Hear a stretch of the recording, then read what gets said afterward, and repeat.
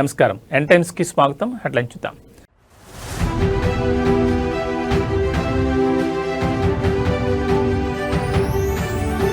రాజమండ్రి వద్ద ఘోర ప్రమాదం, 3 బస్సులు ధ్వంసం.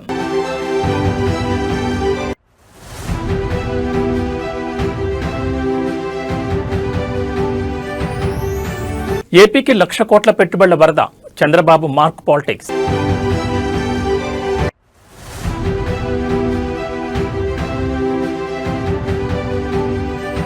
సిట్ విచారణకు హరీష్ రావు, తెలంగాణ రాజకీయాల్లో హిట్.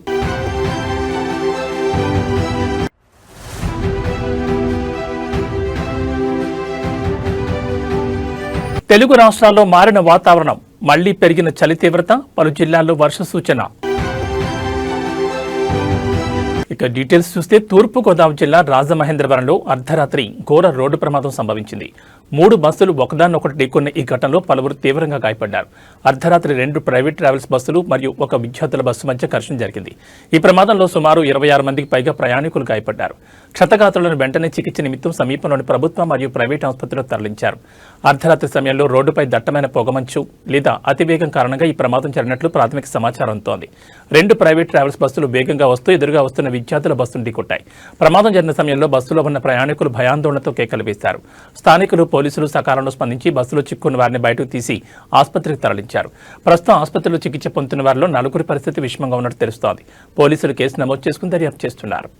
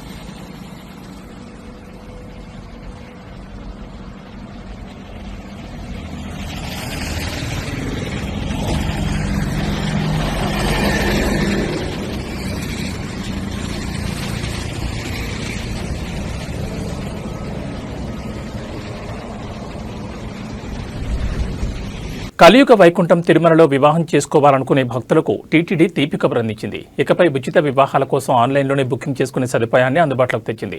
మరోవైపు సంక్రాంతి సెలవుల నేపథ్యంలో తిరుమలలో భక్తుల రద్దీ కొనసాగుతోంది. తిరుమలలో ఉచితంగా వివాహం చేసుకోవాలనుకునే జంటలు టీటీడీ అధికారిక వెబ్సైట్ ద్వారా స్లాట్ బుక్ చేసుకోవచ్చు. సంక్రాంతి పండుగ రద్దీ కారణంగా సర్వదర్శనానికి సుమారు 14 నుంచి 24 గంటల వరకు సమయం పడుతోంది. వైకుంఠం క్యూ కాంప్లెక్స్లోని అన్ని కంపార్ట్మెంట్లు భక్తులతో నిండిపోయాయి. శ్రీవారి సన్నిధిలో ఒక్కటవ్వాలనుకునే పేద మరియు మధ్యతరగతి భక్తుల కోసం టీటీడీ కళ్యాణ వేదిక ద్వారా ఉచిత వివాహాలు నిర్వహిస్తోంది. ఇప్పటి వరకు దీనికోసం నేరుగా వచ్చి నమోదు చేసుకోవాల్సి ఉండగా ఇప్పుడు భక్తుల సౌకర్యార్థం వెబ్సైట్లో ఆన్లైన్ బుకింగ్ సౌకర్యాన్ని ప్రారంభించారు. వివాహం చేసుకునే వధూవరులు తమ ఆధార్ కార్డులు, తల్లిదండ్రుల వివరాలతో పాటు వయసు ధృవీకరణ పత్రాలను అప్లోడ్ చేయాల్సి ఉంటుంది. వివాహం తర్వాత దంపతులతో పాటు వారి తల్లిదండ్రులకు ఉచితంగా శ్రీవారి దర్శనం మరియు లడ్డూ ప్రసాదం కూడా అందజేస్తారు. అయితే సంక్రాంతి సెలవులు ముగింపు దశలో ఉండడంతో తిరుమలకు భక్తులు పోటెత్తారు. సాధారణ భక్తులకు సర్వదర్శనం కోసం వేచి ఉండే సమయం క్రమంగా పెరుగుతోంది. చలిని కూడా లెక్క చేయకుండా భక్తులు క్యూ లైన్లో వేచి ఉంటున్నారు. రద్దీ దృష్ట్యా సామాన్య భక్తులకు ప్రాధాన్యతనిస్తూ టీటీడీ అధికారులు ఏర్పాట్లు పర్యవేక్షిస్తున్నారు.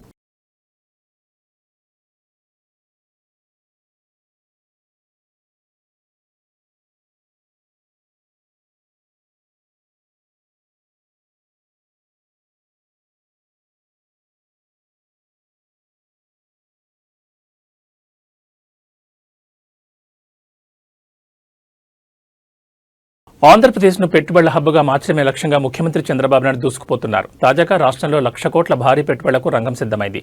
గూగుల్, ఐబీఎం వంటి దిగ్గజ సంస్థలతో ప్రభుత్వం జరిపిన చర్చలు ఫలించడంతో రాష్ట్ర ఆర్థిక ముఖచిత్రం మారబోతోంది. ఏపీ కేబినెట్ సుమారు 1,00,000 కోట్ల విలువైన పెట్టుబడి ప్రతిపాదనలకు ఆమోదం తెలిపింది. రాష్ట్రాన్ని దేశంలోనే ప్రధాన లాజిస్టిక్ హబ్గా మార్చేందుకు ఏపీ లాజిస్టిక్స్ ఇన్ఫ్రాస్ట్రక్చర్ కార్పొరేషన్ ఏర్పాటుకు గ్రీన్ సిగ్నల్ లభించింది. గూగుల్ భారీ డేటా సెంటర్, ఐబీఎంతో కలిసి అమరావతిలో క్వాంటమ్ కంప్యూటింగ్ సెంటర్ ఏర్పాటుకు ముందడుగు పడింది. ముఖ్యమంత్రి ముఖ్యమంత్రి Chandrababu Naidu speed of doing business నినాదంతో పారిశ్రామికవేత్తలను ఆకర్షిస్తున్నారు. విశాఖపట్నంలో గూగుల్ సంస్థ సుమారు 88,000 కోట్లతో ఏఐ డేటా హబ్ని ఏర్పాటు చేయనుంది. దీనివల్ల వేలాది మంది యువతకు ఉపాధి లభించనుంది. మరోవైపు దావోస్ పర్యటనలో భాగంగా ఐబీఎం చైర్మన్తో భేటీ అయిన ముఖ్యమంత్రి రాష్ట్రంలో క్వాంటమ్ టెక్నాలజీ అభివృద్ధికి సహకరించాలని కోరారు. రాష్ట్రంలోని 1,053 కిలోమీటర్ల సుదీర్ఘ తీర ప్రాంతాన్ని వాడుకుంటూ వాడరేవులు, విమానాశ్రయాలను అనుసంధానం చేస్తూ భారీ లాజిస్టిక్ పార్కులు ఏర్పాటు చేయబోతున్నారు. అనంతపురం, కర్నూలు, బాపట్ల వంటి జిల్లాల్లో కొత్త పారిశ్రామిక జోన్ల ద్వారా లక్షలాది ఉద్యోగాలు సృష్టించే లక్ష్యంగా ప్రభుత్వం కార్యాచరణ రూపొందించింది.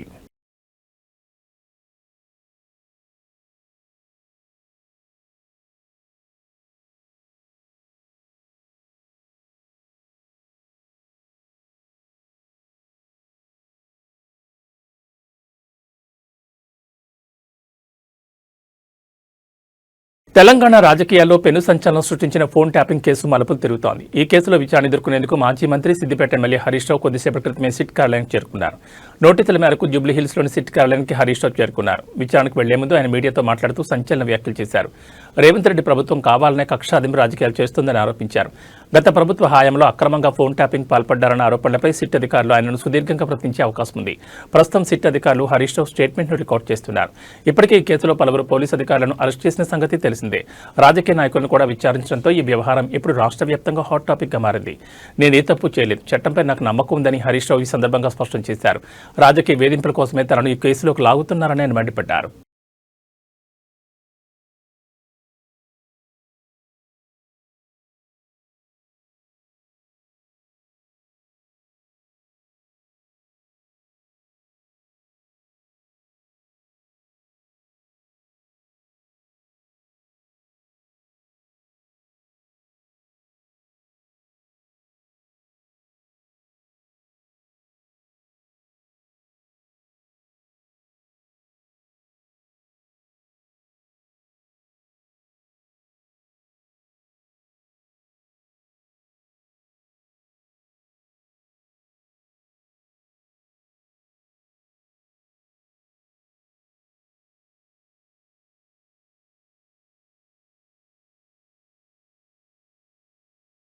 పంట పెట్టుబడి సాయం విషయంలో అన్నదాతలకు తెలంగాణలో నిరాశ ఎదురయ్యేలా కనిపిస్తోంది. కాంగ్రెస్ ప్రభుత్వం ప్రతిష్టాత్మకంగా ప్రకటించిన రైతు భరోసా అమలుపై ప్రస్తుతం సందిగ్ధం నెలకొంది. వచ్చే ఏడాది మార్చి వరకు ఈ సాయం అందడం కష్టమేనని ప్రభుత్వ వర్గాల నుంచి అందుతున్న సమాచారం ఇప్పుడు రాష్ట్ర వ్యాప్తంగా చర్చనీయాంశంగా మారింది. రైతు భరోసాకు సంబంధించి ఎవరికి ఇవ్వాలి, ఎవరికి కోత విధించాలి అనే మార్గదర్శకాలను ఖరారు చేయడంలో కేబినెట్ సబ్ కమిటీ కసరత్తు ఇంకా కొనసాగుతూనే ఉంది. భారీగా అవసరమైన నిధులను సర్దుబాటు చేయడం ప్రభుత్వానికి సవాలుగా మారింది. గతంలో ఉన్న లోపాలను సరిదిద్ది కేవలం సాగు చేస్తున్న రైతులకు మాత్రమే ఈ సాయం అందించాలని ప్రభుత్వం భావిస్తోంది. దీనివల్ల లబ్ధిదారుల జాబితా తయారీకి సమయం పడుతోంది. సాధారణంగా వానాకాలం లేదా యాసంగ సీజన్ ప్రారంభంలోనే పెట్టుబడి సాయం అందాలి. కానీ ఇప్పుడు మార్చి వరకు గడువు పొడిగించబడే అవకాశం ఉండడంతో పెట్టుబడుల కోసం అప్పులు చేయక తప్పదని రైతులు ఆవేదన వ్యక్తం చేస్తున్నారు. ప్రతి ఎకరాకు 15,000 ఇస్తామని హామీ ఎప్పుడు నెరవేరుతుందా అని రైతాంగం కళ్లల్లో బొత్తులు వేసుకుని ఎదురుచూస్తోంది. ప్రభుత్వం ఈ పథకానికి సంబంధించి త్వరలోనే కొత్త పోర్టల్ను ప్రారంభించే అవకాశం ఉంది. దీని ద్వారా భూమి వివరాలు, సాగు వివరాలను అధికారులు క్షేత్రస్థాయిలో పరిశీలించనున్నారు.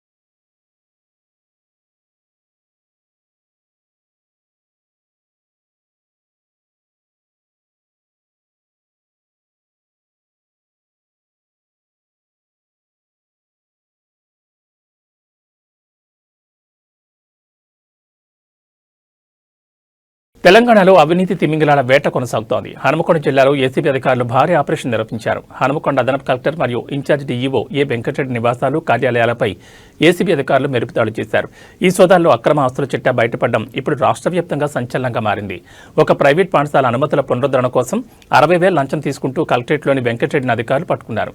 భారీగా భూములకు సంబంధించిన డాక్యుమెంట్లు, విదేశీ మద్యం బాటిళ్లను కూడా అధికారులు గుర్తించారు. ఈ కేసులో వెంకటరెడ్డితో పాటు విద్యాశాఖకు చెందిన junior assistant Manoj, senior assistant గౌసుద్దీన్లను కూడా ఏసీబీ అధికారులకు తీసుకుంది. వెంకటరెడ్డి అరెస్టు వార్త తెలియగానే హనుమకొండ కలెక్టరేట్ ఎదుట రైతులు బాణాసంచా కాల్చి సంబరాలు చేసుకున్నారు. నేషనల్ హైవే భూసేకరణ విషయంలో తమను ఇబ్బందులు గురిచేశారని ఇప్పుడు ఆయన ఏసీబీకి దొరకడంపై హర్షం వ్యక్తం చేస్తున్నారు. ఏసీబీ అధికారులు ప్రస్తుతం వెంకటరెడ్డికి చెందిన బ్యాంక్ లాకర్లను, ఇతర బంధువుల ఇళ్లను కూడా తనిఖీ చేస్తున్నారు. ఆదాయానికి మించిన ఆస్తుల కోణంలో విచారణ మరింత వేగవంతమైంది.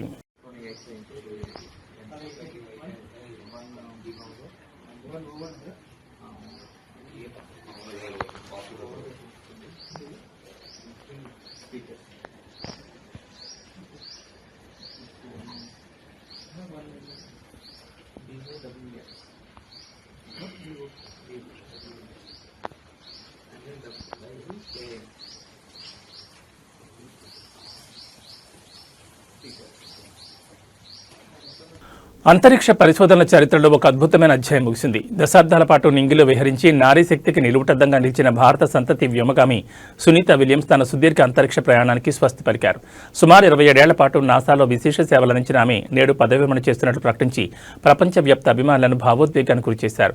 తన 27 ఏళ్ల కెరీర్లో సునీత విలియమ్స్ అసాధారణ విజయాలు నమోదు చేశారు. అత్యధిక సార్లు స్పేస్ వాక్ చేసిన మహిళగా ఒకప్పుడు ఆమె ప్రపంచ రికార్డు సృష్టించారు. ఆమె మొత్తం 7 సార్లు స్పేస్ వాక్ చేశారు. అంతరిక్షంలో అత్యధిక రోజులు గడిపిన మహిళా వ్యోమగాముల్లో ఒకరిగా ఆమె చరిత్ర సృష్టించారు. తన ప్రతి ప్రయాణంలోనూ భగవద్గీతను, సమోసాలను వెంట తీసుకెళ్లి తన భారతీయ మూలాలను గర్వంగా చాటారు. ఆమె తన చివరి మిషన్లో భాగంగా బోయింగ్ స్టార్లైనర్ నౌక ద్వారా అంతర్జాతీయ అంతరిక్ష కేంద్రానికి వెళ్లారు. సాంకేతిక లోపాల వల్ల ఆమె అక్కడ అనుకున్న దానికంటే ఎక్కువ కాలం గడపాల్సి వచ్చినప్పటికీ మొక్కబోని ధైర్యంతో ఆ సవాళ్లను ఎదుర్కొన్నారు. నేడు భూమికి తిరిగి వచ్చిన అనంతరం తన విశ్రాంత జీవితాన్ని ప్రకటించారు.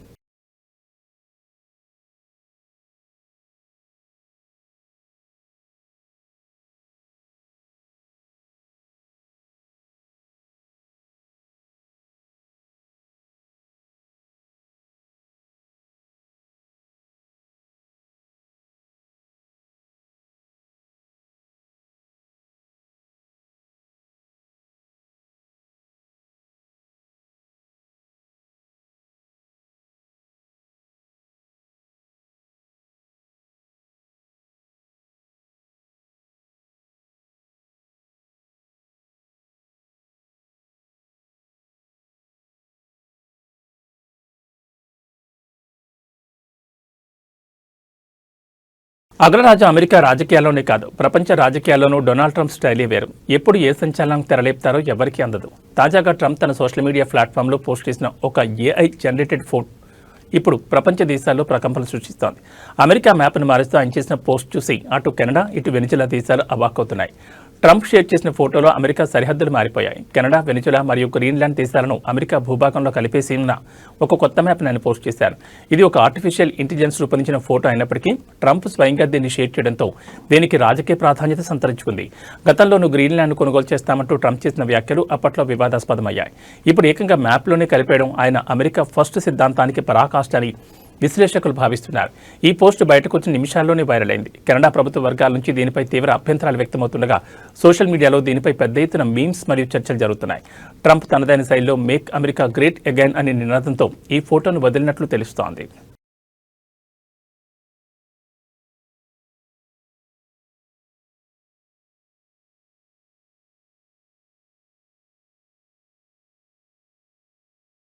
భారతీయ స్టాక్ మార్కెట్ చరిత్రలోని అతిపెద్ద ఐపీఓకు రంగం సిద్ధమైంది. అపర కుబేరుడు ముఖేష్ అంబానీ నేతృత్వంలోని రిలయన్స్ జియో పబ్లిక్ ఇష్యూకు రాబోతోంది.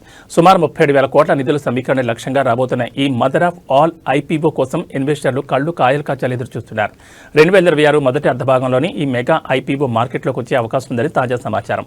ఈ ఐపీఓ ద్వారా జియో సుమారు S4 బిలియన్ల నుంచి S4.5 బిలియన్ల నిధులను సేకరించాలని భావిస్తోంది. ఇది గతంలో హ్యుండాయ్ మోటార్ ఇండియా సృష్టించిన రికార్డును మించిపోయే అవకాశం ఉంది. అంతర్జాతీయ ఇన్వెస్ట్మెంట్ బ్యాంకుల అంచనా ప్రకారం జియో ప్లాట్ఫామ్స్ విలువ దాదాపు S180 బిలియన్లు. భారీ కంపెనీల కోసం సెబీ తన నిబంధనలను సడలిస్తోంది. 5% వాటాకు బదులుగా కేవలం 2.5% వాటాను విక్రయించడం ద్వారా ఈ నిధులను సేకరించాలని అంబానీ ప్లాన్ చేస్తున్నారు.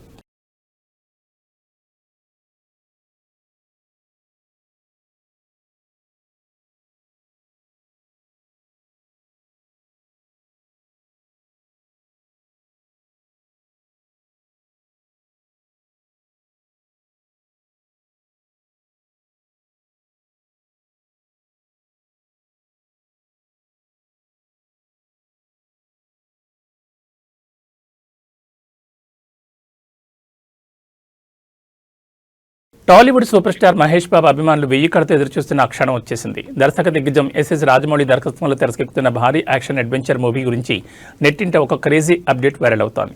ఆఫ్రికా అడవుల నేపథ్యంలో సాగే ఈ గ్లోబల్ ఆపరేషన్ కోసం మహేష్ బాబు తన లుక్ను పూర్తిగా మార్చేసి సరికొత్త అవతారంలో కనిపించిపోతున్నారు. ఈ సినిమా కోసం మహేష్ బాబు గత ఏడాది కాలంగా గడ్డం పొడవాటి జుట్టుతో విభిన్నమైన లుక్లో కనిపిస్తున్నారు. ఈ క్యారెక్టర్ కోసం ఆయన ప్రత్యేకంగా ఫిజికల్ ట్రైనింగ్ కూడా పూర్తి చేశారు. తాజా సమాచారం ప్రకారం ఫిబ్రవరి లేదా మార్చి నెలలో ఈ సినిమా రెగ్యులర్ షూటింగ్ ప్రారంభం కానుంది. మొదటి షెడ్యూల్ను జర్మనీ లేదా ఆఫ్రికాలోని అడవుల్లో ప్లాన్ చేస్తున్నట్లు సమాచారం. ఆస్కార్ విజేత ఎంఎం కీరవాణి సంగీతం అందిస్తుండగా పిఎస్ వినోద్ సినిమాటోగ్రఫీ బాధ్యతలు చేపట్టున్నారు. దాదాపు 800 కోట్ల నుంచి 1000 కోట్ల భారీ బడ్జెట్తో హాలీవుడ్ ప్రమాణాలకు ఏమాత్రం తగ్గకుండా ఈ సినిమాను రూపొందిస్తున్నారు.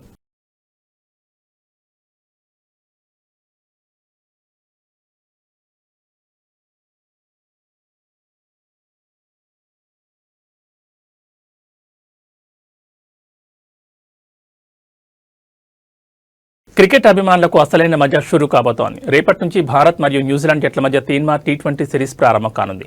సొంత గడ్డపై కివీస్ను ముప్పుతిప్పలు పెట్టేందుకు కుర్రాళ్లతో కూడిన టీం ఇండియా సిద్ధమైంది.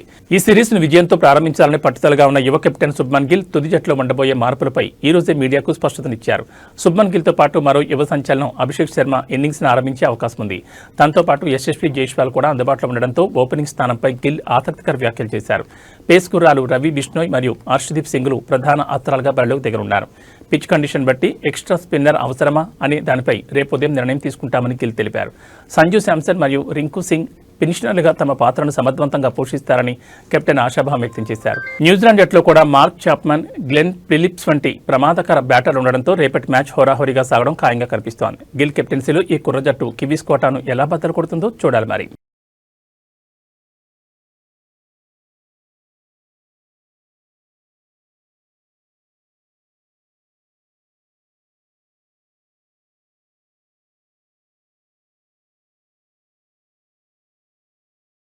భారతీయ స్టాక్ మార్కెట్ ఇన్వెస్టర్లకు నేడు చేదు అనుభవం ఎదురైంది. అంతర్జాతీయంగా నెలకొన్న అనిశ్చితి, భౌగోళిక రాజకీయ ఉద్రిక్తత ప్రభావం దలాల్ స్ట్రీట్పై స్పష్టంగా కనిపిస్తోంది. నేడు ట్రేడింగ్ ప్రారంభమైన కొద్ది నిమిషాల్లోనే మార్కెట్లు భారీ పతనాలు చవిచూశాయి. సెన్సెక్స్ ఏకంగా 1.2% కుప్పకూలి ఇన్వెస్టర్ల సంపదను ఆవిరి చేసింది. సెన్సెక్స్ దాదాపు 800 పాయింట్ల పైగా నష్టపోయి కీలక స్థాయిలో దిగువన ట్రేడ్ అవుతోంది. నిఫ్టీ కూడా 200 పాయింట్ల పైగా నష్టపోతూ 24,000 మార్కు దిగువకు చేరుకుంది. ముఖ్యంగా ఐటీ, బ్యాంకింగ్ మరియు ఆయిల్ రంగ షేర్లు భారీగా అమ్మకాల ఒత్తిడిని ఎదుర్కొంటున్నాయి. రిలయన్స్, హెచ్డిఎఫ్సి, ఇన్ఫోసిస్ వంటి దిగ్గజ షేర్లు నష్టాల్లో కొనసాగుతున్నాయి. అమెరికా మార్కెట్లలో నిన్న చోటు చేసుకున్న పతనం ఆసియా మార్కెట్లపై తీవ్ర ప్రభావం చూపింది. ఫెడరల్ రిజర్వ్ నిర్ణయాల నేపథ్యంలో విదేశీ ఇన్వెస్టర్లు భారత్ వంటి ఎమర్జింగ్ మార్కెట్ల నుంచి నిధులను వెనక్కి తీసుకోవడం, అంతర్జాతీయ మార్కెట్లో క్రూడ్ ఆయిల్ ధరలు పెరగడం రూపాయి విలువపై ఒత్తిడిని పెంచుతోంది.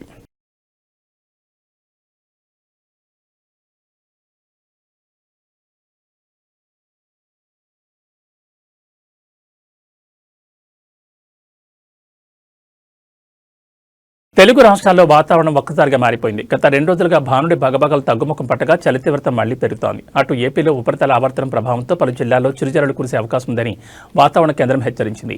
ఉమ్మడి ఆదిలాబాద్, మెదక్, రంగారెడ్డి జిల్లాలో కనిష్ట ఉష్ణోగ్రతలు 12 డిగ్రీల సెల్సియస్ నుండి 14 డిగ్రీల సెల్సియస్ వరకు నమోదవుతున్నాయి. నగరంలో పొగమంచు ప్రభావం ఎక్కువగా ఉంది. ఉదయం 8 గంటల వరకు వాహనదారులు జాగ్రత్తగా ఉండాలని సూచిస్తున్నారు. రాబోయే 3 రోజులు రాష్ట్ర వ్యాప్తంగా వాతావరణం పొడిగానే ఉంటుందని అధికారులు తెలిపారు. దక్షిణ కోస్తాంధ్ర, రాయలసీమ జిల్లాలో ఆకాశం మేఘావృతమై ఉంటుంది. నెల్లూరు, తిరుపతి జిల్లాలో అక్కడక్కడ తేలికపాటి వర్షాలు కురిసే అవకాశం ఉంది. సముద్ర తీరం వెంబడి గంటకు 40 నుంచి 50 కిలోమీటర్ల వేగంతో గాలులు వీస్తున్నాయి. మత్స్యకారులు వేటకు వెళ్లొద్దని హెచ్చరికలు జారీ చేశారు అధికారులు. చలిగాలి తీవ్రత పెరుగుతున్నందున చిన్నపిల్లలు, వృద్ధులు తగిన జాగ్రత్తలు తీసుకోవాలని, ముఖ్యంగా శ్వాసకోశ సమస్యలు ఉన్నవారు బయటకు వచ్చేటప్పుడు మాస్కులు ధరించాలని వైద్యులు సూచిస్తున్నారు.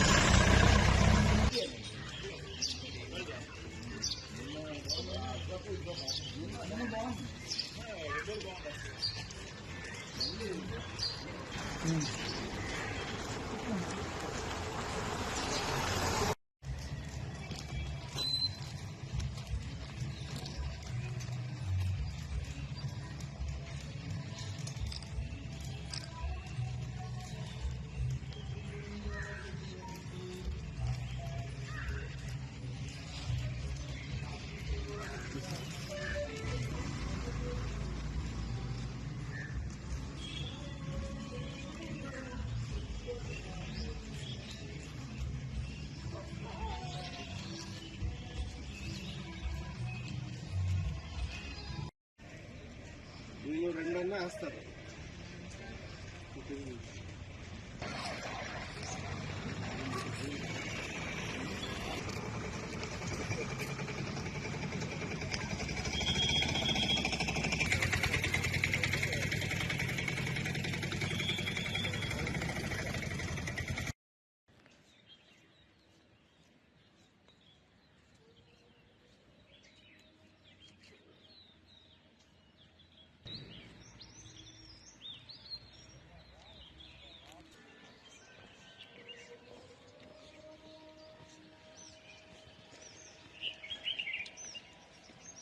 ఏబీ బులెటిన్ విశేషాలు. నమస్కారం.